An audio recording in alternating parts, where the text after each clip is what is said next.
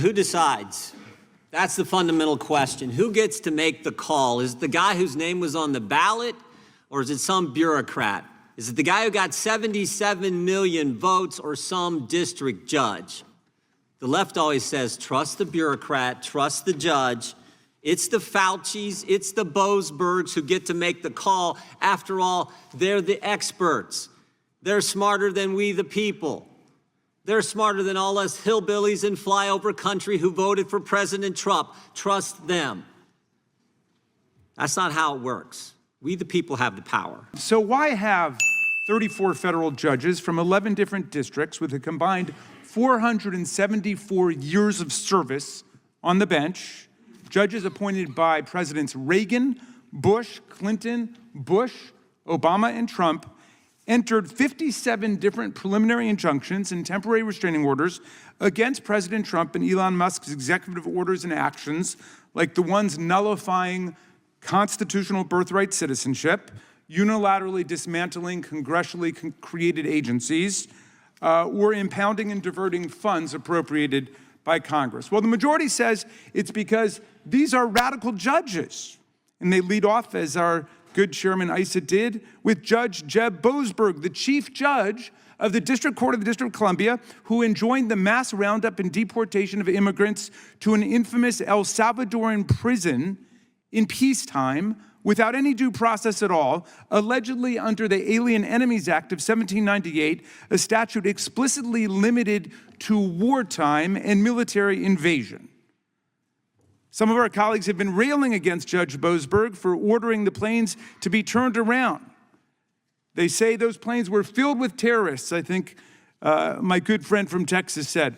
Well, here's one person of many who wasn't a terrorist on that flight or a gangbanger. His name's Kilmer Garcia. He's a Marylander married to a U.S. citizen who has a 5-year-old son with autism. And he went to pick up his son, but he was picked up first by ICE. And then he was shackled and put on that airplane and shipped off to the torturers of El Salvador without ever having the benefit of those two most beautiful words in the English language, due process. He never saw a judge. Nobody ever told him what he was being charged for. Nobody ever told him that there were any charges against him. And he was sent to a mega prison run by the self-proclaimed dictator of El Salvador. And yesterday, you know what happened, Mr. Chairman? The Trump administration admitted that it had made a mistake. He was not actually a gangbanger. He was not a criminal. It was all a mistake. If there'd been due process, maybe that would have been determined, but there wasn't. But they put him on that plane in El Salvador. Well, all's well that ends well, right? No. The administration says there's nothing they can do about it now because he's no longer in U.S. custody. This guy who lives in my state, married to a U.S. citizen with citizen children, he's stuck with the dictator of El Salvador. Well,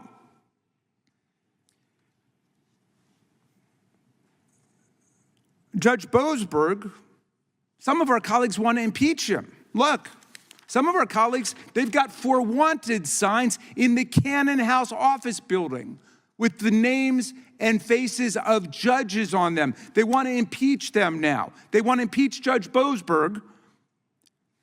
Some of my colleagues should be alerted to this fact. Judge Boasberg was first named to the bench by President Bush. He was Justice Kavanaugh's roommate at Yale. Known in legal quarters as a very conservative judge, but they want to impeach him because he stood up for the rule of law. Now, Democrats say all of these executive orders and actions are being struck down not because these are radical left rogue judges, but because the judges, regardless of who appointed them, are doing their jobs. If the number of decisions striking down Trump illegality is unprecedented today, it's only because the sheer number of illegal acts committed in the first 100 days is unprecedented. America's never seen anything like it before in our entire history. Trump and Musk have been systematically violating the Constitution and breaking the law to trample the rights of the people and steal our data, fire excellent federal workers en masse, and dismantle congressionally created government agencies and programs, from the VA and Medicaid to NOAA, NIH, and Social Security, which Elon Musk called, quote, the biggest Ponzi scheme of all time. When brave Americans go to court to defend themselves against the President of the United States and the richest man in the world, these judges from across the political spectrum are showing up to work, and they're showing America why we have an independent judiciary. And yes, I've got to tell my friend Chairman Jordan that even if you campaign on doing something unconstitutional, like naming people kings and queens, or stealing other people's money, no, that doesn't make it constitutional, even if you campaigned on it. And the vast majority of the things here, I never heard of them campaigning on. But in any event, it's irrelevant to the job of the courts. Anyone who's read any of the decisions knows that what we're witnessing today is a matchless constitutional crime spree by a rogue president and his Doge enforcer, a government contractor who has pocketed $38 billion from the taxpayers, multiples more than he has ever even claimed to have saved us. And we know how Doge makes typos, converting millions into billions. Read the decisions. Look at these cases, finding that Trump violated Congress's spending power and usurped our lawmaking power under Article 1. Read the cases, finding that Trump violated the First Amendment free speech rights, the Fifth Amendment due process rights, the Sixth Amendment counsel rights of the people, even by discriminating by name against law firms and lawyers, actually banning specific firms and lawyers from federal buildings and courthouses, federal contracts and federal employment, all simply because they dared to represent their clients, and Trump hates them. Now, out of this mountain of cases, which I can only surmise our colleagues have not read, let's zero in on Trump's executive order contradicting the very first sentence of the 14th Amendment, which says that any person born or naturalized in the United States and subject to the jurisdiction thereof is a citizen of the United States. Trump got struck down by a Reagan judge, a Biden judge, an Obama judge, and a Bush judge. The Reagan judge said, quote, I've been on the bench for 4 decades. I can't remember another case where the question presented is as clear as this one. This is a blatantly unconstitutional order. Blatantly. This is from a Reagan judge. Now, my colleagues seem to think that an executive order is greater than a law or the Constitution itself.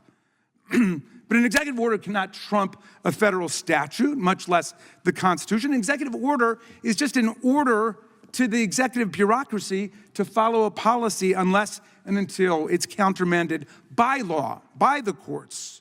Many of our colleagues are following Trump and Musk in calling for impeachment right now. There have been only 15 federal judges impeached in all of American history, always for serious professional misconduct, like taking bribes, stealing from the court, or habitual drunkenness, not even occasional drunkenness, habitual drunkenness on the bench. Congress has never defined a doctrinal or interpretive disagreement as a high crime and misdemeanor, much less when the judge's reasoning was airtight correct. The spreading movement to impeach and attack judges is so alarming that Chief Justice Roberts issued a rare statement last week. He said, for more than 2 centuries, it's been established that impeachment is not an appropriate response to disagreement concerning a judicial decision. The proper response, of course, is to appeal the decision. And to be fair, Chairman Issa expressed his strong disapproval of these wanted posters yesterday in the Rules Committee. Now, for some members, talk of impeaching these so-called rogue judges is just fun and games. But the vicious assault, the vicious rhetorical assault on the judiciary has turned into something more sinister in certain quarters. Actual violent threats, bomb threats, direct intimidation. Judge Boasberg, the Bush appointee, must endure scandalous online attacks and insults by President Trump and Elon Musk and their followers. Even worse, The campaign of vilification has spread to Judge Boasberg's family, including outrageous attacks on his daughter, who's had her photo and her place of work posted on social media by Elon Musk to his 290 million followers. These threats follow an actual bomb threat made to the sister of Supreme Court Justice Amy Coney Barrett. And there are numerous other threats taking place today. And of course, we've seen threats and actual violence and murders take place in the past. I call on my colleagues right now to call off the campaign to impeach federal judges for doing their jobs. I call on them to demand that the Trump administration comply with all judicial orders while appealing whichever ones they want to appeal, and to demand the return of people unlawfully taken to El Salvador on that so-called plane full of gangbangers. And I especially call on them today to denounce all violent threats, doxing, online vilification, and threats against our judges. This is the Judiciary Committee of the United States House of Representatives, and we should act like it. I yield back, Mr. Chairman.